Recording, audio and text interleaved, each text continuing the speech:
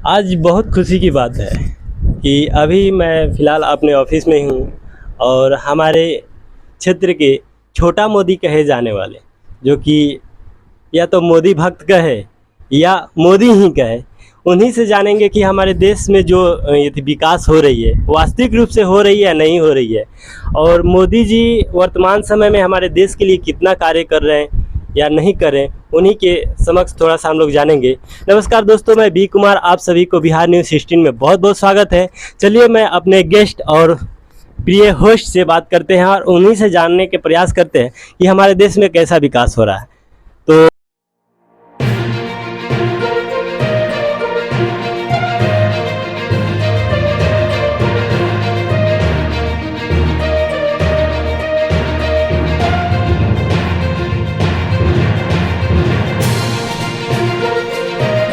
तो बहुत बहुत स्वागत है हमारे बिहार न्यूज़ 16 में। तो नमस्कार। आपका शुभ नाम क्या हुआ? नारायण शर्मा। कहा जाता है कि आप छोटा मोदी हैं, ठीक है?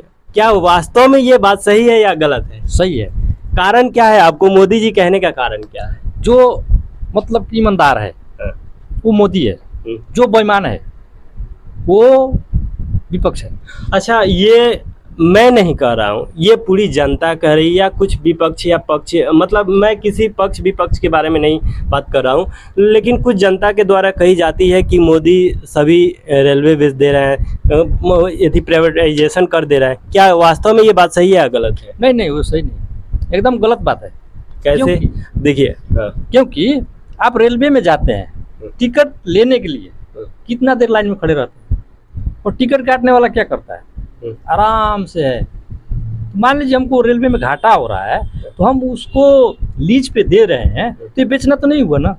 अच्छा, लीज पे दे रहे हैं, जहाँ ये थी एम्प्लॉय को आप 10,000 मतलब 50,000 सैलरी दे के आप अपॉइंटमेंट कर रहे हैं, लेकिन अभी जैसे अप्रेंटिस वगैरह डाल दे रहे हैं, तो अप्रेंटिस के तहत जो कैंडिडेट है मात्र 10 से 15,000 में बच्चा मजबूर है काम करने के लिए। तो ये कहाँ तक सही है? देश में तो विकास इस तरह से नहीं होगी।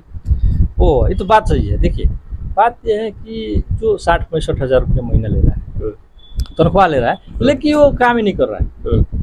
रेलवे यदि घाटा में जा रहा है और उसको हम लीज में देते हैं, उससे हमको फायदा होता है, तो आप बताइए कि वो सही है कि? अच्छा, एक चीज़ बताइए आप हमें, रेलवे घाटा में कैसे जा रही है? वेटिंग पे वेटिंग, जहाँ 200 कैपेसिटी है एक कोच की, उसमें 500 से यदि वेटिंग टिकटें काटी जाती है, तो इसमें कहाँ ये थी रेलवे घाटा जा रहा है? वो तो जनरल में होता है ना, मतलब होता है जनरल ट्रेन है, इसमें आप देखिए ज़्यादा लोग जाते हैं। नहीं, यहाँ कहीं ना कहीं कि जैसे कि अभी वर्तमान समय में ये सुविधा दी गई है कि स्लीपर में वही व्यक्ति पैसेंजर जा सकते हैं जिसके पास अपना कंफर्म टिकट हो, वेटिंग टिकट वाला नहीं जा रहा है। तो ये तो कहीं ना कहीं ठीक है। इससे पहले जो मतलब सुविधाएं हो रही थी, असुविधाएं हो रही थी पैसेंजर के लिए, वो तो दिक्कत थी, उसके बारे में आप क्या बोलिएगा? वो तो अभी ठीक है।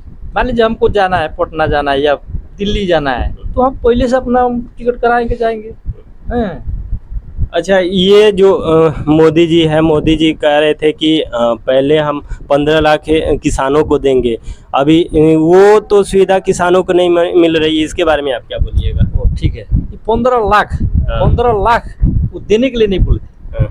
मतलब क्या है, आप देखिए 5 साल से लोगों को राशन फ्री मिल रहा है, गरीब को मिल रहा है। अच्छा, एक चीज बताइए, 4 किलो राशन देखे तो ये थी जनता को ये तो बेवकूफ़ बनाई जा रही है ना? नहीं, ये सोचने वाला बेवकूफ़ है। कैसे हमको मिलता है 15 दिन का घर का खर्चा चलता है मोदी के राशन से, 15 दिन का खर्चा हमको जुटाना पड़ता है। अच्छा, ये बोलने वाला है ना, पहले 1 किलो नहीं मिल रहा था। इससे पहले कांग्रेस की शासन थी तो उस समय नहीं मिलता था? नहीं, भुखमरी था उस टाइम। अब कौन मर रहा है? जब इतनी थी कि वो जीरो लेवल से, और प्रधानमंत्री पंडित नेहरू जी जब हमारे देश के प्रथम प्रधानमंत्री हुए, तो उस समय हमारे देश की जो गरीबी स्थिति थी ना, बहुत दयनीय थी।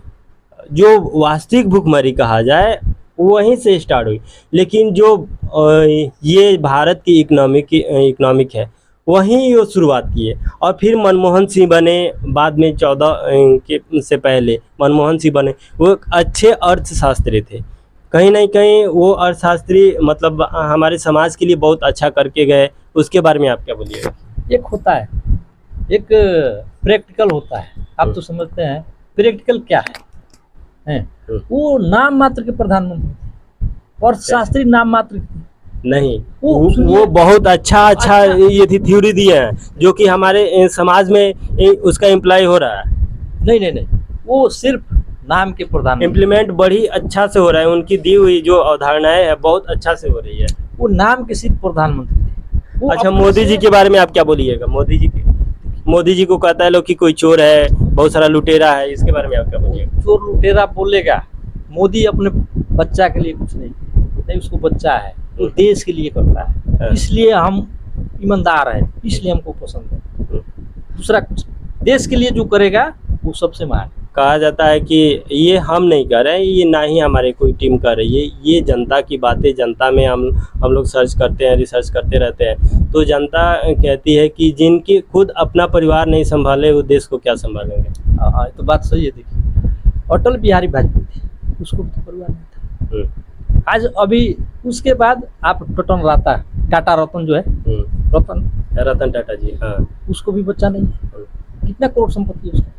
उसके बाद मोदी जी हैं। अब आप बताइए, जिसको परिवार नहीं वो दूसरे परिवार क्या समझेगा? ये तो गलत बात है ना, ये गलत बात है। अच्छा, एक चीज़ बताइए, 2014 के बाद जो अनएम्प्लॉयमेंट यानी बेरोजगारी बढ़ी, उसकी संख्या लगातार दिन पर दिन उसका जो स्टैटिक्स है वो बढ़ती जा रही है, तो इसके बारे में आप क्या बोलिएगा? इसके बारे में खुद पढ़ा लिखा आदमी को सोचना चाहिए। हम भी तो ग्रेजुएशन किए हुए हैं, ग्रेजुएशन किए हम। अच्छा, ग्रेजुएशन किए हैं, तो अगर सही वे में आदमी, अगर सही टाइम पे अगर वैकेंसी आए, ऐसा नहीं कि रेलवे में वैकेंसी नहीं है, बैंक में वैकेंसी नहीं है, या एसएससी में वैकेंसी नहीं, सभी जगह वैकेंट है, लेकिन सही टाइम पे अगर ईयरली आपको यदि हाफ ईयरली अगर यदि आए ना, तो जितने भी अनएम्प्लॉयमेंट की रेशियो बढ़ रही है वो कम हो जाएगी। इसके बारे में आप क्या बोलिएगा? हाँ, ये बात तो अच्छा है। देखिए, एक बात है, मान लीजिए कि यहाँ इतना जनसंख्या बढ़ रहा है, या मोदी जी या कोई भी होगा पूरा नहीं कर सकता। क्या नहीं कर सकता नहीं है? हो सकता है। देखिए, अगर टाइमली अगर दे वैकेंसी, अगर टाइमली दे, 6 महीना के अंदर ज्वाइनिंग सारा चीज़ करा दे, हर एक 6 महीना पे वैकेंसी दे, तो जितने ये अभी रेशियो बढ़ रही है बेरोजगारी की, वो रेशियो घट सकती है। इसके बारे में आप करेगा लोग, कहाँ नौकरी करेगा? इसका जवाब दीजिए ना, नौकरी कहाँ करेगा? इतना अभी टीचर में, जैसे कि बिहार ही में देख लीजिए, बिहार में इतनी ज़्यादा एम्प्लॉयमेंट था, अभी है भी, और अभी इतनी ज़्यादा यदि वैकेंसी दी हुई है, नीतीश कुमार कहिए या इससे पहले जो ज्वाइंट सरकार आरजेडी प्लस जेडीयू के सरकार थी, तो उस समय वो 72 दिन में लगभग बहुत अच्छा, लगभग 3 लाख प्लस वैकेंसी दिए थे, तो स्टार्ट वहीं से हुई थी टीचर के वैकेंसी। अभी अच्छा रेशियो जा रहा है टीचर के, तो कहीं ना कहीं तो ये सही है। इसी तरह अगर टीचर की जिस तरह अभी वैकेंसी आ रही है, उसी तरह सेंट्रल में भी आए, सारा चीज़ रेलवे में, एसएससी सीजीएल सारा चीज़ में आए, तो यदि बेरोजगारी की तो संख्या घटेगी। कभी बेरोजगारी खत्म, या मोदी जी है या कोई भी आएगा, बेरोजगारी नहीं खत्म हो सकता है, क्योंकि इतना जनसंख्या बढ़ रहा है कि क्या करेगा लोग, कहाँ नौकरी करेगा? आप बताइए ना। अच्छा, 2-4 ऐसे महत्वपूर्ण बातें बता दीजिए जो कि मोदी जी हमारे देश के लिए किए हों और उससे जनता की भलाई हुई। महत्वपूर्ण बात है, जबकि हम इंडिया में हैं, जम्मू कश्मीर इंडिया में, तो दूसरा देश तो नहीं है, वो हमारा इंडिया है ना। हम वहाँ जमीन नहीं खरीद सकते हैं, काहे नहीं खरीद सकते? वो हमारा ही देश है ना। तो 370 जो धारा था वो खत्म कर दिए। दूसरा नंबर, ये हमारा हिंदुस्तान है, हिंदुओं का देश। इसका मतलब पुराना नाम आर्यवर्त था, आर्यवर्त था। तो यहाँ जो है मंदिर के ऊपर मस्जिद बनाते। हम हिंदू हैं, हम अपने देश के लिए और अपने धर्म के लिए मरते हैं, धन दौलत। अच्छा, एक चीज़ बताइए, भारत एक ऐसी मतलब राष्ट्र है जो कि धर्मनिरपेक्ष राष्ट्र है, ना ही इसमें कोई हिंदू जाति है, ना ही कोई इसमें मुस्लिम जाति है, इसके बारे में क्या बोलेगा? ये हमारे संविधान में लिखी हुई है कि भारत एक धर्मनिरपेक्ष राज्य है। ये सबसे बेवकूफ़ आदमी लिखा है। नहीं, जब डॉक्टर भीमराव अंबेडकर जी जब वो संविधान लिख रहे थे, मतलब उन्हीं की अध्यक्षता में संविधान लिखी गई, तो ये धर्मनिरपेक्ष हमारे देश को बनाया गया, तो इसमें कहाँ गलत है? पाकिस्तान तो हमारा देश था। बांग्लादेश एक जिन्ना ही नहीं लड़ा था आज़ादी में। आज़ादी में एक जिन्ना ही नहीं लड़ा था। भगत सिंह, सुभाष चंद्र बोस, चंद्रशेखर आजाद, इन लोगों को क्यों नहीं अलग देश दिया?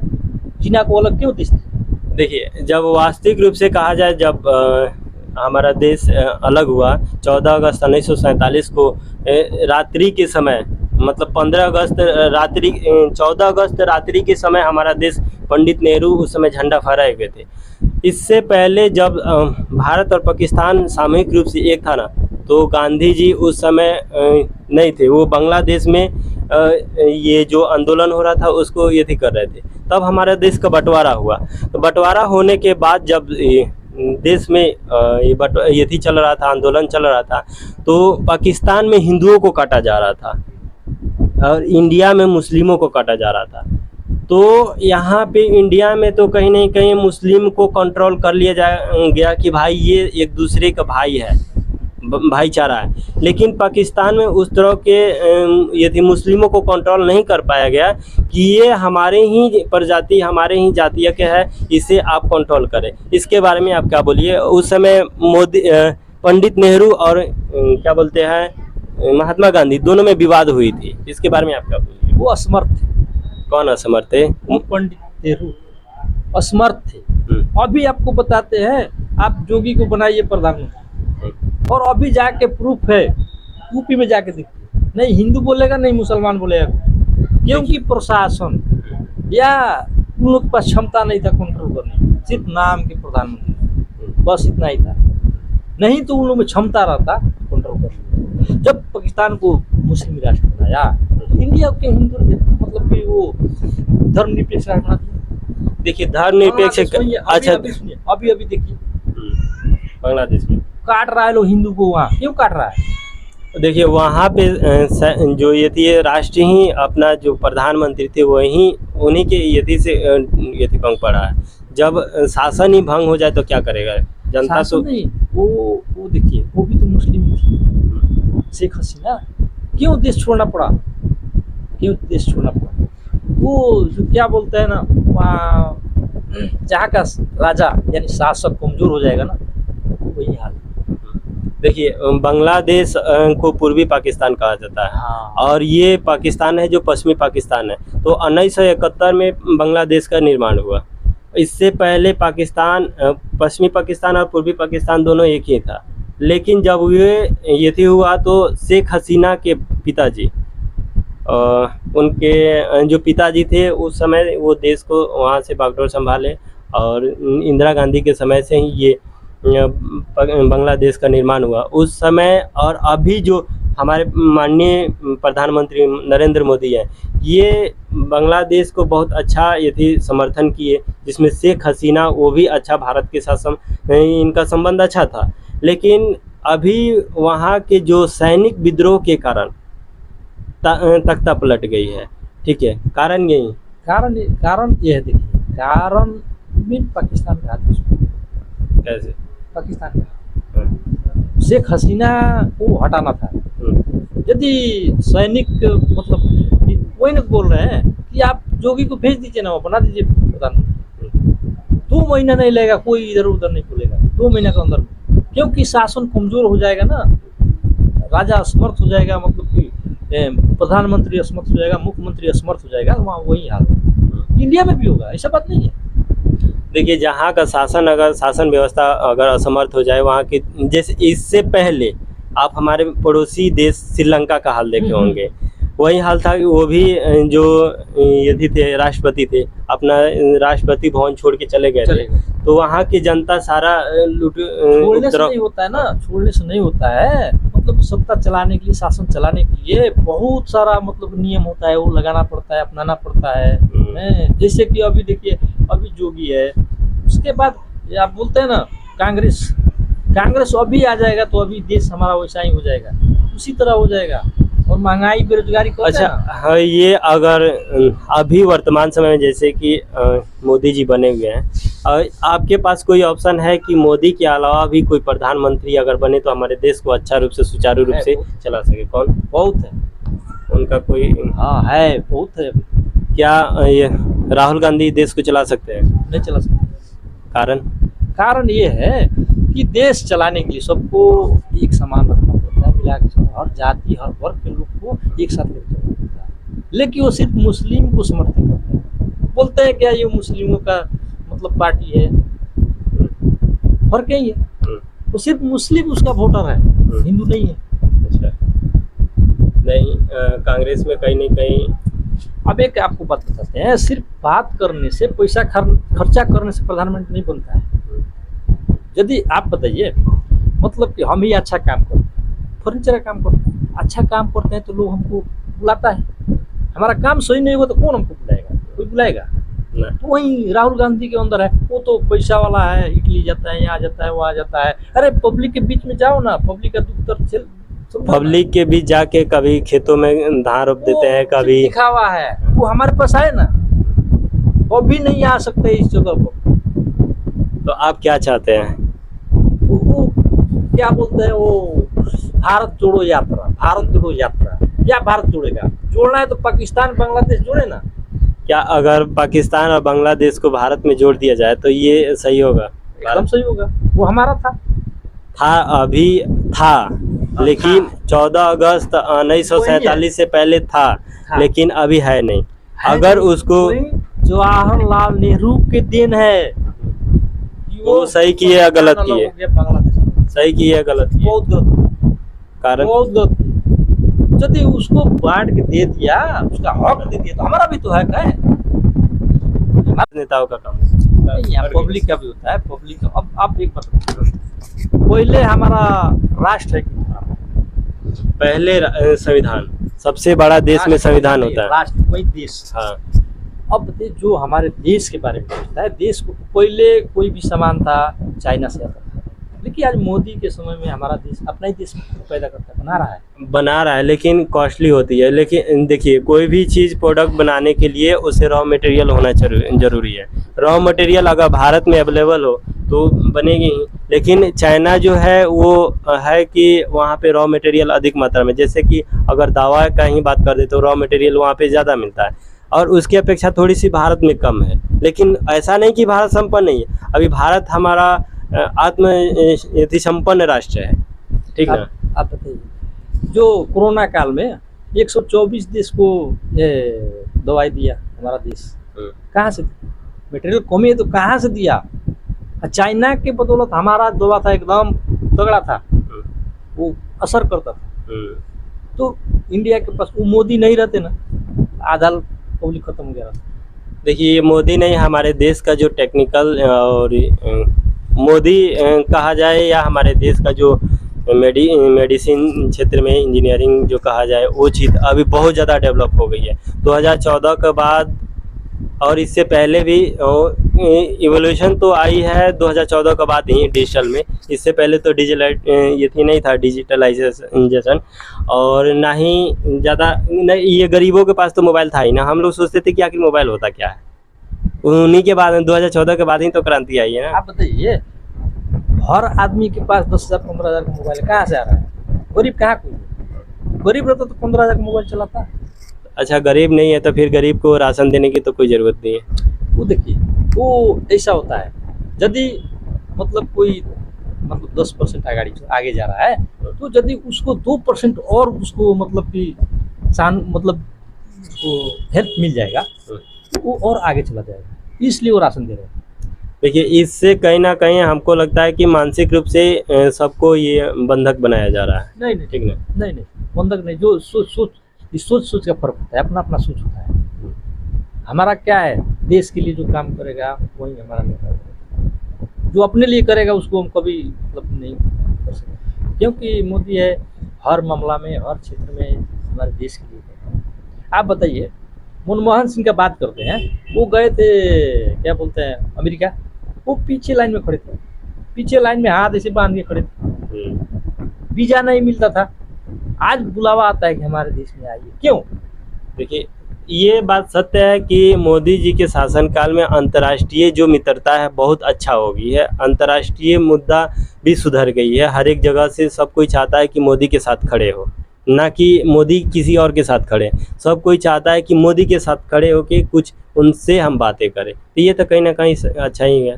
और मनमोहन सिंह जिस टाइम प्रधानमंत्री थे हमारे देश का, बच्चा नहीं जानता था कि प्रधानमंत्री 5-7 साल 5 क्लास 7 क्लास में जो पढ़ता था ना, उसको पता नहीं था कि हमारा प्रधानमंत्री कौन है। आज 3 साल के बच्चा के 4 साल के बच्चा से पूछिए प्रधानमंत्री कौन है, बताएगा, पॉपुलर है।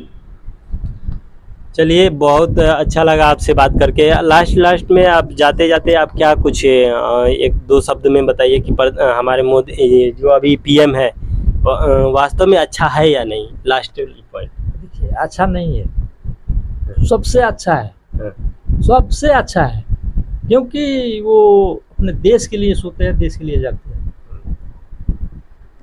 चलिए, बहुत बहुत धन्यवाद आपका, जो कि आपने इतनी महत्वपूर्ण समय दिया और हमारे स्टूडियो में आए, इसके लिए तहे दिल से आपका शुक्रिया। Thank you. जय हिंद।